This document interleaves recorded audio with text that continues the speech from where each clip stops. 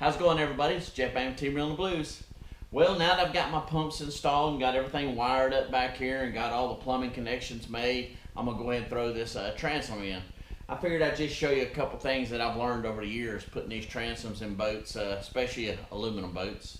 I've learned a couple tricks that seem to work out, so I'm going to go ahead and share them with you. Maybe it'll make something like that you do like this, make it a little bit easier, and that way you don't have the failures I've had through the years. So, I think one of the biggest mistakes people make when they install one of these aluminum transoms is they'll throw the transom in, they'll bolt it all in, and then they'll run a bead of silicone around it. Or they'll put silicone on the transom, squish it in there, screw it in, and then they'll rub some more silicone outside here and they think they're done. The only problem with that is the fact silicone isn't even nowhere near permanent. Even the high-end silicones aren't very good for this type of application. Believe it or not, like the urethanes are a lot better. They stay pliable a lot longer, stretch a lot more. But the one thing I always do when I install a transom like this is I'll use butyl. Butyl can be, you can buy it in tubes, and you can also buy it in a tape form. Now the tape form is what I use when I do something like this, and I'll show you why. Okay, so here's what I was talking about. This is butyl tape, and what it is, it's actually just a piece of butyl caulking that comes in a strip. It's really cheap, and it's really easy to get. Now this has been around forever, and I know you've seen the old campers from back in the day. They would have that gummy feeling caulking around some of the seals on it, and I mean even 20, 30 years later, that stuff was still gummy to the touch. Well, that's what this is. And believe it or not, when they built these boats originally, these riveted boats and stuff, they use pretty much this, but it comes in a tube. They spray it on the seams, or they smear it on the seams. They put the two pieces together. They do the bucking rivets. They pull everything together, and this acts as a waterproofing, and it also acts as a barrier between the two pieces of metal. Now, the reason why I like to use this is you got a transom like this. If you put it up there and you use silicone, what ends up happening 90% of the time, when you put these bolts in and you pull this thing up dead tight, what happens is it pulls this metal and this metal from the boat or the transom, it pulls them up dead tight together. So all of your silicone turns out to where it's literally thousandths of an inch thick because you've got it all pushed up, and that's not a very good seal. So this butyl acts as two things. It acts as a spacer, and it acts as a seal between the two of them. And because it comes in a tape, and I'll show you later, you can actually put it on the entire transom, all the way down, all the way across, all the way up, as one continuous piece. And most of the time, I'll put like 2 layers of it around this thing. Then, once you put this up there and you bolt it in, this stuff is kind of rigid, kind of not, but what happens is you get that even compression when you put it in. And whenever I put a transom in, I always start in the middle, get all my bolts in it, and then I'll start in the middle and kind of work my way out, tightening them down. I'll get them all, just like you're torquing down heads or even a wheel, get them all to about 3/4 of the way tight, and then you can just pretty much tighten them down. And what that'll do is that you see this tape, it's got, it's a little bit over the 1/16 of an inch thick. And even though you smash it, it's not going to smash super flat. It's going to maintain a gap. The gap is good for 2 reasons. One is, you get a good seal. If there's any uneven areas down through here, it allows those to conform. That way you get a nice straight seal. And the best thing about it is once you get it all put in, you get everything bolted down, that little 1/16 of an inch gap you have now, or it could be as much as 1/8 in some spots, it gives you a good root so that when you do put your final sealer around this, whatever you use to seal your transom, like I say, I use a lot of things like they use on metal roofs. Some gutter sealers are really good for this if you can get the good quality stuff, because it's made for gutters. It's made for wet applications. It stretches, it contracts, it keeps its properties of being pliable so it doesn't start cracking out, and it's reasonably cheap.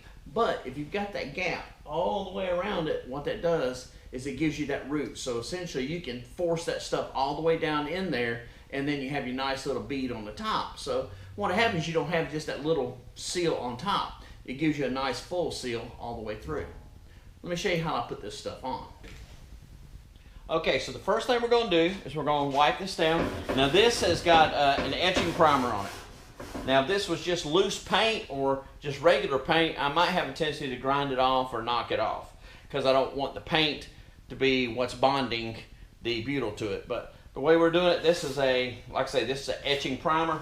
It's not coming loose. It's not flaking. So I've got a good seal here. Wipe all the dust and stuff off of it. I've already marked in the boat where this transom comes to underneath it, and I've done a lot of fitting, and I ain't gonna bore you with that part, but I got it where it's fitted really, really good. So when I put it in there, it's gonna be nice and tight to the boat. But I had one spot right here where I had a little bit bigger gap than what I'd like, but rather than beating and redoing the whole thing, I kind of hammered it out and got it closer, but we should be good to go. So let me show you how you use this butyl tape. All right, so here's the butyl tape. Like I said, you can get this at Home Depot carries it. Any place that sells metal roofing should carry it. This is about a 1/2 inch wide. I mean, this whole roll here, this is 50 foot, I believe. It was only like, I think $7. And this stuff will give you a good seal between two things. So what you do is you just tear it off, and you can see it comes in like a tape, but this peels right off. But what I'm gonna do is I'm gonna leave that on there, for the most part anyway. And let's say you want to put it in multiple pieces, no problem, because once this stuff contacts itself, it sticks to itself and it conforms and it turns into one piece. So let me go ahead and just strip some of this off. Now this stuff is really sticky. I'm trying to keep it to where I'm not smashing it. I want to keep it as full thickness as I can. All right, that ought to do it. Get me close anyway. And what I'm doing is I'm going to put it right along the bottom edge, bottom half I should say. I don't want it all the way at the top. I want to be able to get that sealer that I put in once I get it all in. I want to be able to have a little bit of a gap between here. That way I can get it into it. This stuff's real pliable, so I should be able to tear this paper right here. Just take the paper off of it. Trying to stay out of the way of the camera. There you go. And you can see I could actually bend it and shape it like this if I wanted to. I'll put this right below where the bolts are.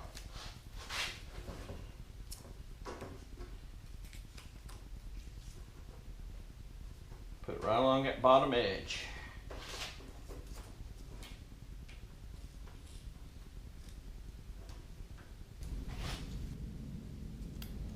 You can see, peel right off.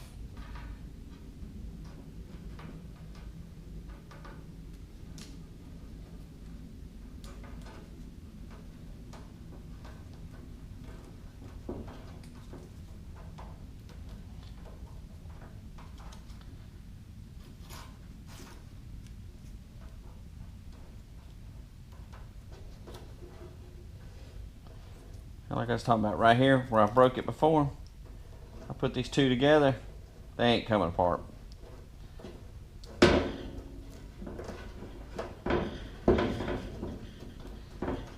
we go. And then once I put it in there, I'll just peel this off, and you can see it gives me a nice little edge right here. And when this smashes, it's not going to smash it a whole lot thinner than what it is. It's got a little body to it.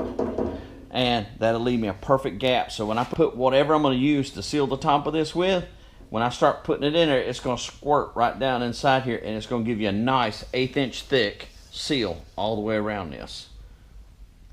I've done this to several boats, and once you do that, I haven't had but one time I had a leak at all, and it was just right here in the corner where I didn't do it right and I didn't put enough sealer in it. But I filled it right back up, no problem.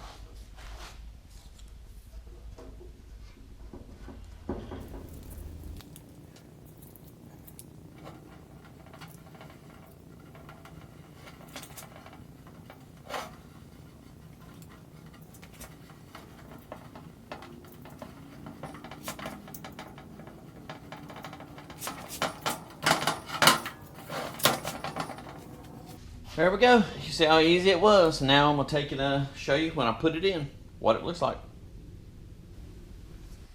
Alright, here we go. I got all the shavings and everything out of the bilge area here.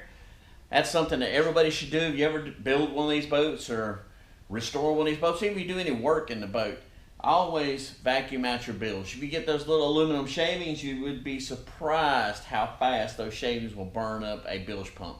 They'll get inside there, they'll get inside the pump, and they'll lock it down. And I actually known of one boat to burn up and another boat that actually caught on fire because the pump was trying to run and the pump ended up overheating. Wasn't enough to blow the breaker, but the pump itself actually overheated because it wasn't turning at all, and it caught a little fire inside the bilge area.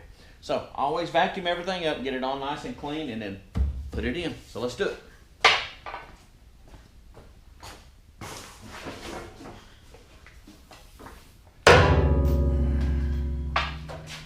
Alright, so here we go.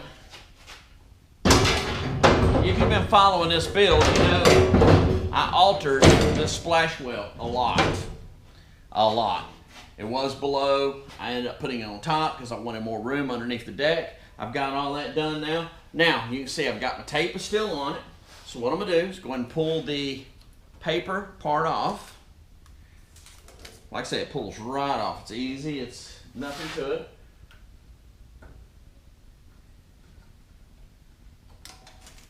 I've already cleaned the inside of my Splashwell here and the inside of the transom where the Splashwell attaches.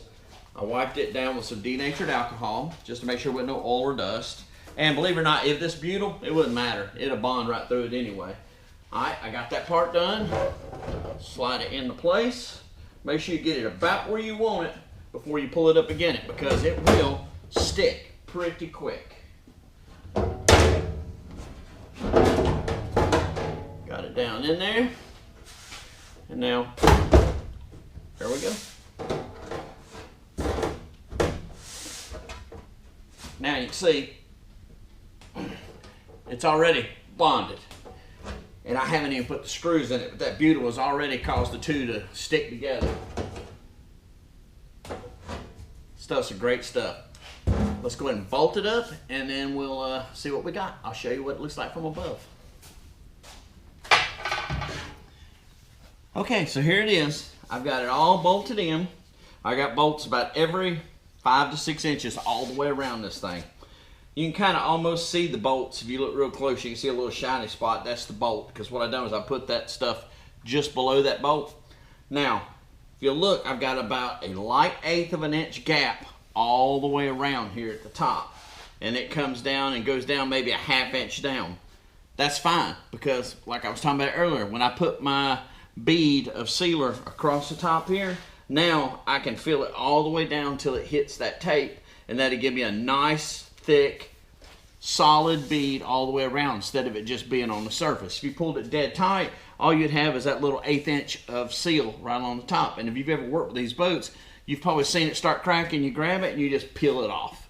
Well, I promise you, you do it this way, you're not going to peel it off. It's going to get all the way down in there. It's going to fill that void completely, and then you're just going to have that little cap at the top. You could take and try to tear this cap off, and all the stuff that's down below is going to stay there.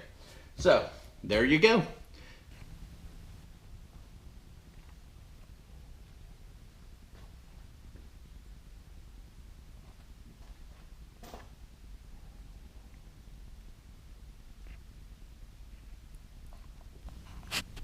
Here we are.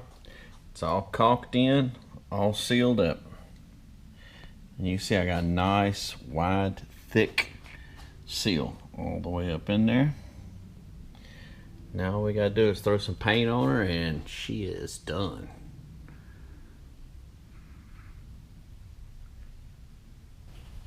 And here we go. There's the finished product.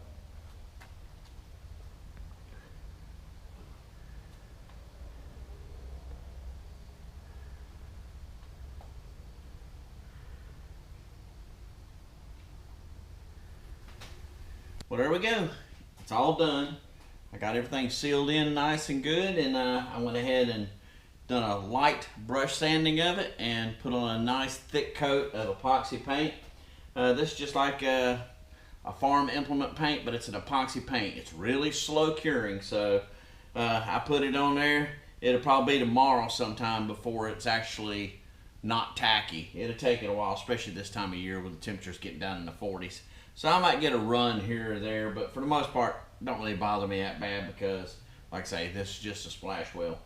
I appreciate you watching. If you have any questions or comments, feel free to leave them. If you're not a subscriber, please subscribe. And always, thank you.